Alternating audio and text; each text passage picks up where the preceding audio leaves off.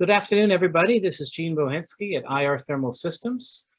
Today's presentation is entitled Choosing the Right IR Heating Method for Your Process. We're going to be talking about our experience deploying IR heating technology and really showing you a little bit about the technology in general. So let's first just mention a few words about our company. IR Thermal Systems was founded in 2020. After the former management team purchased the assets and intellectual property of Radiant Energy Systems and Anderson Thermal Devices. So our management team and employees have experience in the industry since 1985. And really, we've gotten together to service all of our old customers and service all the new customers to come. So our core competence is the design and manufacture of custom engineered process heating solutions for improving performance and lowering production costs. Our focus is on quality and dependability. We make a constant investment in the latest manufacturing technology, and we produce our own high quality component parts where we feel it's important to control the quality.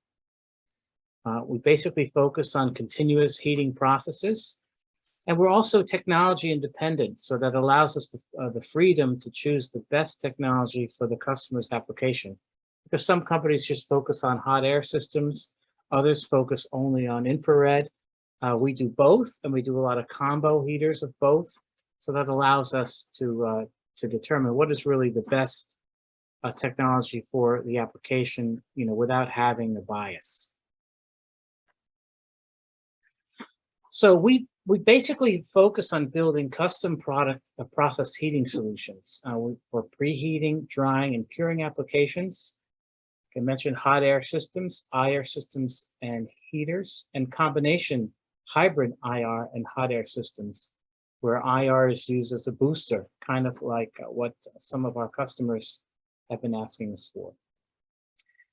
That's done to increase line speeds, reduce energy costs, save space, level out uneven temperature or moisture across a web, or heating selected zones across a web. Industries we serve, we've had experience in the wide range room. These are all industries we've played in the past: converting, paper, film, and foil, printing, nonwovens, plastic, adhesive lamination, batteries, medical devices, filter media, fiberglass, advanced composites, industrial fabrics, automotive, packaging, wire and cable, textiles, and many others. We have experience in all of these industries, so we can probably help you with whatever challenge you're facing right now. So how we work with your team: we have a group of engineers, specialized engineers, that review your existing process. We determine the best technology to use for your goals. With state-of-the-art design tools, we develop a system tailored to meet your target specs. And we also offer that low-cost IR rental program that allows you to try our technology in your plant. We also have custom specification sheets that we send out, so we gather all the right information to help us make a quote and a determination.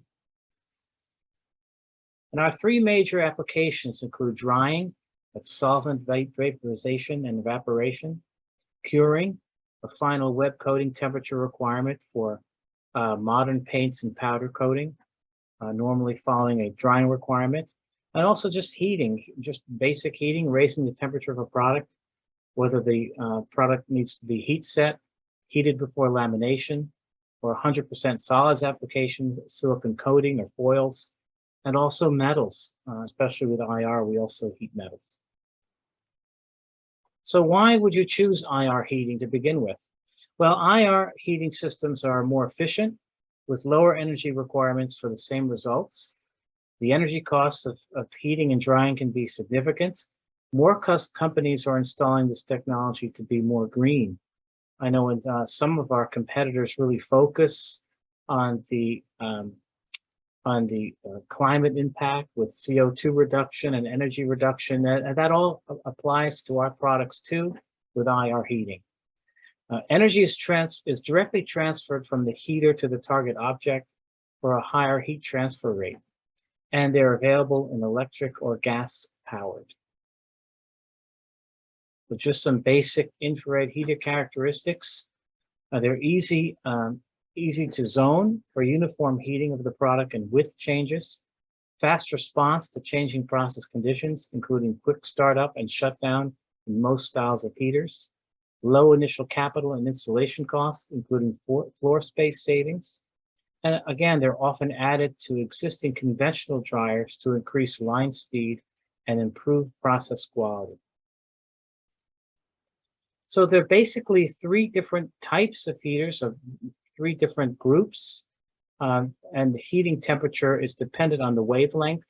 They're grouped in short wave, medium wave, and long wave. We focus mostly on short wave and medium wave. Short wave is 2100 degrees to 4000 degrees Fahrenheit, and medium wave is 900 degrees to 2150 Fahrenheit. You can see the graph there where the wavelength versus temperature. One of the other things I'd like to show is how you choose the wavelength based on your application and absorption factors.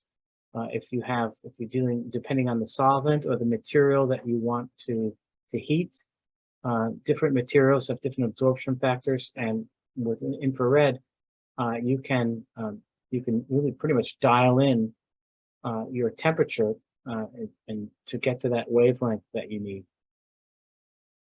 So we're going to hear a couple of videos that demonstrate how these work. This is the first one on our medium wave dryer. Start that now. Today we're demonstrating our medium wave infrared heater. This heater is used for typically for heating webs, heating plastics. It is in the 3 to 8 micron range. That is an ideal range for absorbing water. We make everything here. This heater, we make the elements, we pin them on the boards. Some boards have holes in them for airflow through the heater to aid in the heating process and break up the vapor barrier. These heaters can be sold individually to our customers or incorporated into an oven system, complete with framework, doors, controls. They can be controlled by thermocouples internally in the heater or by infrared thermometers measuring the temperature of the material moving under the heater. Generally, these are 2 to 3 inches away from the product, which can be horizontal or vertical, any direction. They are known for fast heat up and cool down. And we'll demonstrate real quickly. If you could please turn on the heaters. We're going to bring this up to full power. Usually it takes less than a minute. It depends on the element we use. The thicker elements are a little slower. Thinner elements are a little faster. This particular unit is a rental unit that we can send to our customers to try on their own line. As you can see, the elements are similar to the elements on your toaster oven. It's the same wavelength, but if we shut it off now, you'll see how quickly it cools down. And in addition to that, if we had air blowing on it, we could increase the velocity of the air to help in cooling down the material underneath the heater so that it doesn't get damaged. Today we're So this is the next short demonstration on our shortwave heaters and dryers. The difference between the two is on the shortwave, they're usually made with lamps, whereas the other ones we actually make the metal elements ourselves, and through applying the voltage to them, they heat up. But these we have lamps. So I'll start this video as well. Now we're going to demonstrate the shortwave infrared heater. It's in the 1.5 to 3 micron range.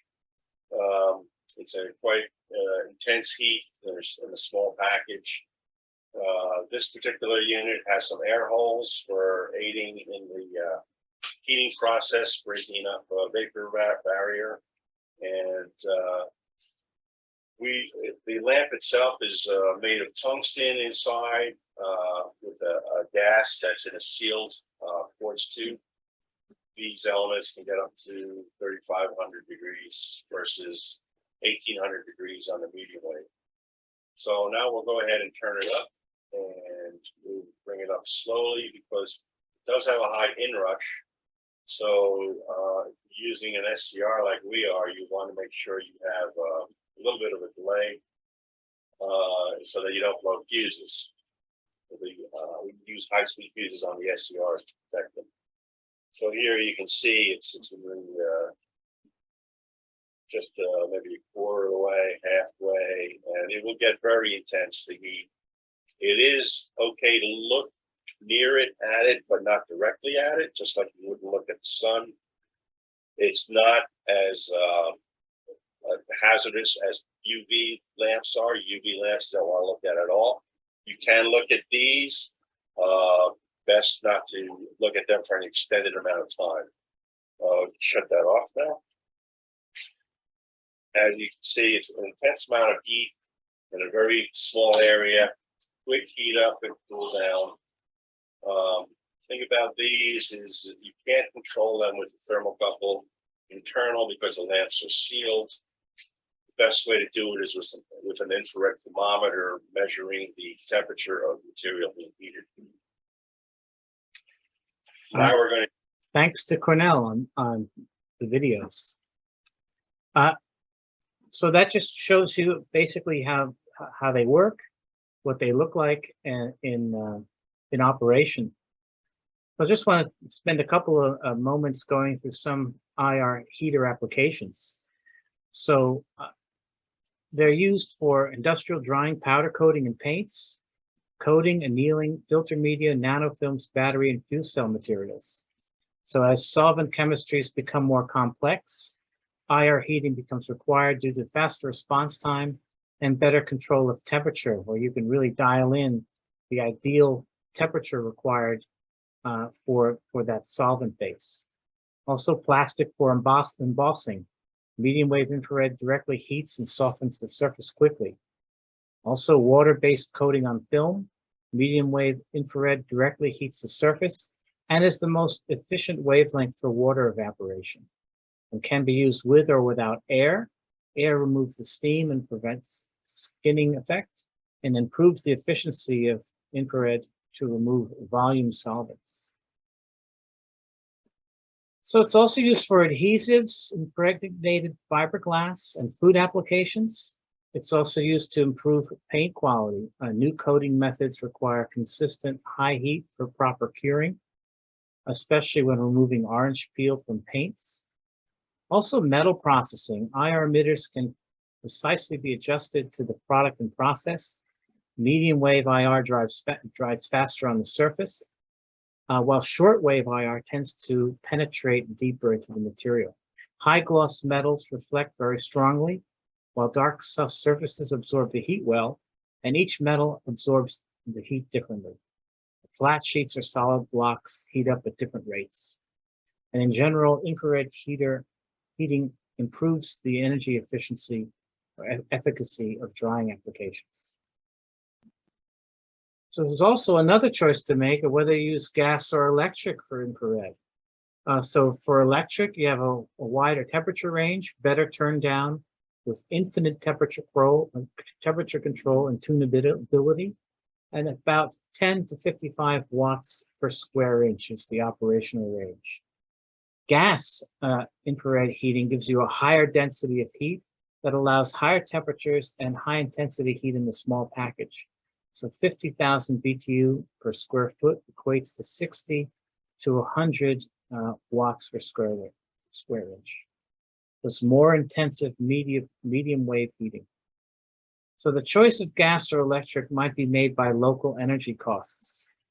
And this is often used to cure powder coatings on any substrate. And there on the bottom, there's a couple of images.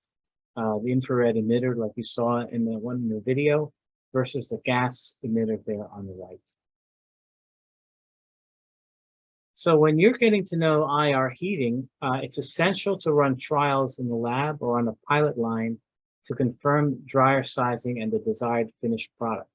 Some coatings may not be able to take advantage of the higher rates of heat transfer and may skin and blister, and may be difficult to work with temperature-sensitive substrates. Since IR is basically a surface phenomenon, sometimes it's harder to dry heavier coatings without overheating the surface. And we offer a rental program that allows customers to deploy IR at a low cost to learn. So let's go through some pictures just to show some of the applications that we've done. This is shortwave infrared for drying coatings on metal webs. This one is a multi-zone IR system for automotive interiors. We have a multi-zone IR preheater for embossing wall coverings. Okay. There's a high-intensity IR gloss recovery system for film, and you can see those bulbs and lamps show that it's shortwave. There's also IR oven laminating web to web using film, powder, or other adhesives. Last but not least, to talk about our combination hybrid dryer and the characteristics of those type of systems. So we specialize in developing hybrid dryer processes, combining the best of both worlds, either combination convection and infrared that can be designed together for your application, or combination electric and gas infrared. Now, a lot of people use the infrared section used as a booster to existing processes. There's 4 reasons why you want to do this. It allows a faster warm-up of the web in the process. That means the web can get to that temperature, in terms of the physical length of the dryer much sooner. It increases the line speed of existing processes, and that can expand production capacity of existing equipment in the same footprint. So instead of having to expand your facility, you can use the existing area there to increase production. And can also improve overall process temperature consistency. So it comes to another reason why you use a combination dryer is also to solve specific customer quality problems. And that might even mean strategically placing infrared heater modules, strategically within the existing process to make sure that you solve heating problems. And there's 2 that I'd like to mention. One is a plastic bottle annealing application where we strategically placed infrared heaters in the process, and they were added to eliminate cracks during bottle handling. Another one was preheating heavy commercial vinyl wallpaper. The infrared heaters were added to evenly heat the paper across the entire surface, greatly improving embossing quality. So if you're faced with quality problems or yield issues, looking at adding infrared heating to your existing process might be the way to go. And there's a couple of nice pictures here of examples of heaters that we've made. This is a combination hot air impingement and infrared infrared air dryer for drying and curing coatings on nonwovens. And here's another one, a combination dryer for drying water-based PSA on PE film. And so last but not least, our rental heater program. Our heaters are available in widths from 12 to 24 inches, 240 volt, 480 volt, 1 or triple phase. Rental packages include the heater, blower, and a control panel, as you see in the picture. It's designed for quick trial setup. The plug and play rental terms as short as 1 week are available. And test units are available for running trials in your facility on your line. And that's really the point, that we have the program to allow you to test this technology in your application to be able to determine what's needed precisely in your application.